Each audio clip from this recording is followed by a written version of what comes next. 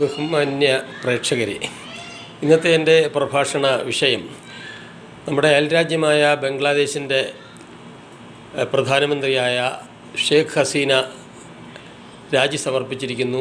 രാജ്യം വിട്ടു. ആദ്യം ഇന്ത്യയിലേക്കും പിന്നീട് ഫിൻലൻഡിലേക്കും പോയതായിട്ടാണ് വാർത്തകൾ പടർന്നിരിക്കുന്നത്. അപ്പോൾ ഇന്ത്യയുടെ ഏറ്റവും അടുത്ത സുഹൃത്ത് ആണ്. ബംഗ്ലാദേശിൻ്റെ രാഷ്ട്രപിതാവായ മുജീബ് റഹ്മാൻ്റെ മകളാണ്. മതേതരത്വത്തിന് വേണ്ടി ശക്തമായി വാദിക്കുന്ന വ്യക്തിയാണ്. അപ്പോൾ അങ്ങനെയുള്ള ഷേഖ് ഹസീന ജീവിത നിലവാര സൂചികയിൽ ഇന്ത്യയേക്കാൾ മുകളിലേക്ക് ബംഗ്ലാദേശിനെ പിടിച്ചുയർത്തിയ രാഷ്ട്രീയ നേതാവ് കൂടിയാണ്. അടിസ്ഥാന സൗകര്യ വികസനത്തിലും ജനങ്ങളുടെ ജീവിത നിലവാര സൂചിക വർധനവിലും ഇന്ത്യയേക്കാൾ മികച്ച ഒരു അവസ്ഥയിലാണ് ഇന്ന് ബംഗ്ലാദേശ്. അപ്ലിഫ്റ്റിംഗ് ഓഫ് ബംഗ്ലാദേശ് എന്നുള്ള വീഡിയോ തന്നെ നമ്മൾ യൂട്യൂബിൽ പരിശോധിച്ചാൽ കാണാം. ഗംഭീരമായ അടിസ്ഥാന സൗകര്യ വികസനങ്ങളാണ് അതിൽ നടന്നേക്കുന്നത്.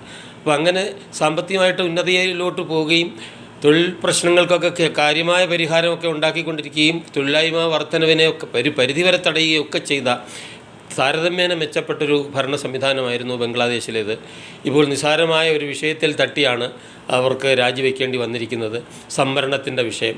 30% സംവരണം സ്വാതന്ത്ര്യ സമര സേനാനികളുടെ മക്കൾക്ക് അനുവദിച്ചതുകൊണ്ട് പാകിസ്ഥാനിൽ നിന്ന് ബംഗ്ലാദേശിനെ മോചിപ്പിക്കുവാൻ ശ്രമിച്ച സന്നദ്ധ പഠനം അന്ന് മുക്തിവാഹിനി എന്ന് പറയുന്ന അന്നത്തെ സൈന്യം, ബംഗ്ലാദേശിൻ്റെ മുജീബ് റഹ്മാൻ രൂപീകരിച്ച പ്രാദേശിക സൈന്യവും ഇന്ത്യ ഗവൺമെൻറ്റിൻ്റെ സൈന്യവും കൂടി ചേർന്നാണ് ബംഗ്ലാദേശ് പാകിസ്ഥാനിൽ നിന്ന് മോചിപ്പിക്കുന്നത്.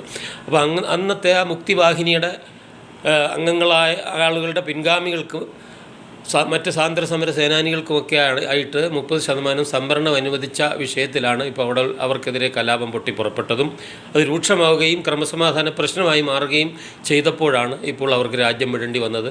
ഇനി പട്ടാളം ചുമതല ഏറ്റെടുത്ത മുൻ അനുഭവങ്ങൾ അവിടെ ഉണ്ട്. മുജീബ് റഹ്മാനെയും കുടുംബത്തെയും മൊത്തം കശാപ്പ് ചെയ്ത അനുഭവം അവിടെ ഉണ്ട്. അന്ന് ഇന്ത്യയിലേക്ക് അഭയം തേടി എത്തിയതുകൊണ്ടാണ് അവർ രക്ഷപ്പെട്ടത്. ഇന്ത്യയിൽ കഴിഞ്ഞതുകൊണ്ടാണ് അന്ന് ജീവൻ രക്ഷിക്കാൻ കഴിഞ്ഞത്. പിഞ്ചു കുഞ്ഞിനെ വരെ ബയണറ്റ് വെച്ച് കുത്തിയെടുത്ത അനുഭവം, അത്ര അതിഭീകരമായ അനുഭവം അവിടെ ഉണ്ടായിട്ടുണ്ട്. ആ കുടുംബത്തെ മൊത്തം ഉന്മൂലനാശം ചെയ്ത് അധികാരത്തിൽ വന്ന ഖൊണ്ടാക്കർ മുഷ്താഖ് അഹമ്മദ് എന്നുള്ളൊരു വ്യക്തിയെ പ്രസിഡൻ്റാക്കിക്കൊണ്ടെന്ന് പട്ടാളം അധികാരം പിടിക്കുകയുണ്ടായി. അത് കഴിഞ്ഞ് വീണ്ടും അട്ടിമറി നടന്ന് സിയാഉൽ റഹ്മാൻ എന്നും പറഞ്ഞൊരാൾ അട്ടിമറി നടത്തി അധികാരം പിടിച്ചു. അത് കഴിഞ്ഞ് വേറൊരാൾ അധികാരം പിടിച്ചു. അങ്ങനെ പട്ടാള ഭരണത്തിൻ്റെ ഒരു പാരമ്പര്യമാണ് ബംഗ്ലാദേശിൽ കൂടുതൽ കാലവും ഉണ്ടായിരുന്നത്. പിന്നീട് ജനാധിപത്യം ആയതിനു ശേഷവും ഈ അന്നത്തെ ഭീകര പ്രവർത്തനം നടത്തിയ പട്ടാള മേധാവികളുടെ ഭാര്യയാണ് പട്ടാള മേധാവിയുടെ ഭാര്യയാണ് സിയാഉർ റഹ്മാൻ്റെ ഭാര്യ ഖലീദ സിയാണ് പിന്നെ പ്രധാനമന്ത്രിയായിട്ട് അധികാരമേറ്റത്. അവർ ഇന്ത്യയുടെ സുഹൃത്തൊന്നും ആയിരുന്നില്ല. ഭാഗികമായി പാകിസ്ഥാൻ അനുകൂലിയായിരുന്നു. ഇന്ത്യയുടെ ആത്മാർത്ഥ സുഹൃത്തായിട്ട് ഇന്ന് നിലയുറപ്പിച്ചിട്ടുള്ളത് ഹസീന മാത്രമാണ്. ബാക്കി മറ്റു ഭരണകർത്താക്കൾ ആരും ഇന്ത്യയുമായിട്ട് അത്ര വലിയ ലോഹ്യം ഉണ്ടായിരുന്നവരായിരുന്നില്ല. ജമാഅത്തെ ഇസ്ലാമി പോലുള്ള സംഘടനകളെ പ്രോത്സാഹിപ്പിക്കുന്ന ആളുകൾ കൂടിയായിരുന്നു അവിടെ ഭരണം നടത്തിയ മറ്റുള്ളവർ. താരതമ്യേന ഭേദം എപ്പോഴും ഹസീനയായിരുന്നു. അവിടെ എല്ലാ മതങ്ങൾക്കും സ്വാതന്ത്ര്യം അനുവദിക്കുകയും മതേതരത്വം മുറുകെ പിടിക്കുകയും ചെയ്ത വ്യക്തിയായിരുന്നു. അതുകൊണ്ടാണ് അവർ മതേതരത്വം പുലരുന്ന ഫിൻലൻഡിലേക്ക് തന്നെ പോകാൻ തീരുമാനിച്ചതെന്നാണ് എനിക്ക് തോന്നുന്നത്. അപ്പോൾ ഇത്രയും ബംഗ്ലാദേശിൻ്റെ സ്ഥാപക നേതാവിൻ്റെ മകളായ ഹസീനയാണ് ഇപ്പോൾ നാട്ടിലെ സംവരണ വിരുദ്ധ പ്രക്ഷോഭകർ അവിടുന്ന് തുരത്തിയിരിക്കുന്നത്. അത് വളരെ നിർഭാഗ്യകരമാണ്. ഇന്ത്യക്ക് ഒരു ഭീഷണിയാണ്. നമ്മൾ പാകിസ്ഥാനെ പോലൊരു ശത്രു അയൽവാസിയായിട്ട് വരാനുള്ള സാധ്യതയാണ് ഇപ്പോൾ തെളിഞ്ഞു വരുന്നത്. പട്ടാളത്തെ ഒന്നും അവിടെ ഇന്ത്യയുടെ സുഹൃത്താണെന്ന് പറയാൻ പറ്റുന്ന അവസ്ഥയിലല്ല. അവരൊക്കെ പല ചിന്താഗതിക്കാരും ഏകദേശം ജമാഅത്തെ ഇസ്ലാമിയുടെ ചിന്താഗതിക്കാരുമൊക്കെയാണ് പലരും അതിലെ പട്ടാള തലപ്പത്തുള്ളത്. അപ്പോൾ മതേതരമായിട്ട് പൂർണ്ണമായിട്ട് ജനങ്ങൾ വന്നിട്ടില്ല എങ്കിലും അവാമി ലീഗ് എന്ന് പറയുന്ന മുജീബ് റഹ്മാൻ്റെ പാർട്ടിയാണ് അവിടുത്തെ താരതമ്യേന ഭേദപ്പെട്ട പാർട്ടി. അവരാണ് ഇപ്പോൾ വളരെ വർഷങ്ങളായിട്ട് അവിടെ ഭരിച്ചുകൊണ്ടിരിക്കുന്നത്.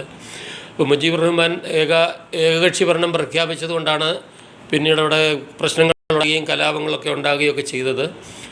അത് കഴിഞ്ഞ് ഇപ്പോൾ ജനാധിപത്യമാണ് പുലർന്നിരിക്കുന്നതെങ്കിലും ഇപ്പോൾ ഇലക്ഷനിൽ ചില കൃത്രിമങ്ങളൊക്കെ നടന്നെന്നുള്ള ആരോപണം നിലനിൽക്കുന്നു. അത് ഇന്ത്യയെ സംബന്ധിച്ചിടത്തോളം അവാമി ലീഗ് തന്നെ തുടരുന്നതാണ് നമുക്ക് സ്വീകാര്യം. അവരുടെ രാജി നമുക്ക് വളരെ വിഷമകരമാണ്, നിർഭാഗ്യകരമാണ്. ഇത്രയും പറഞ്ഞ് എൻ്റെ പ്രഭാഷണം അവസാനിപ്പിക്കുന്നു.